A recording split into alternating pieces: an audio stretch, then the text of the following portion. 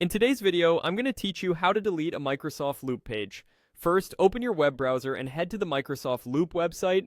This is the home base for the Loop app inside Microsoft 365, and it's where you can access your workspaces, pages, and components.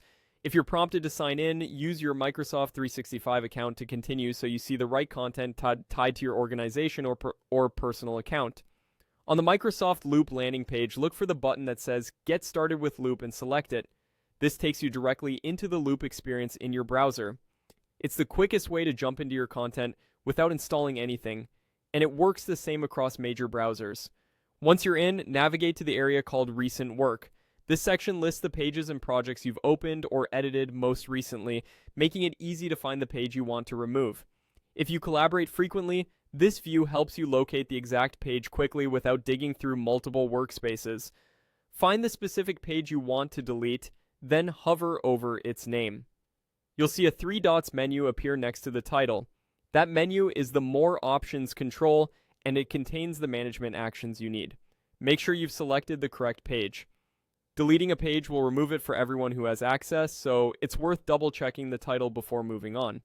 Click the 3 dots to open the menu. You'll see several options related to the page.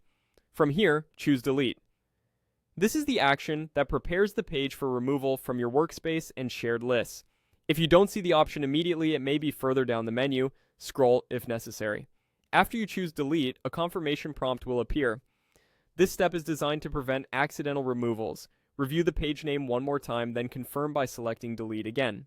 Once you confirm, the page will be removed and collaborators will no longer see it in their views. If your organization has retention or recycle settings, the page may be recoverable for a limited time, but you should treat this as a permanent action.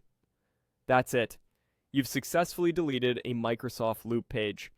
A quick tip before you go, if you're unsure about removing something, consider duplicating the page or copying important content elsewhere first. Also, make sure you're signed in to the correct account so you're working in the right workspace. Thanks for watching, and I hope this helps you keep your Loop spaces clean and organized.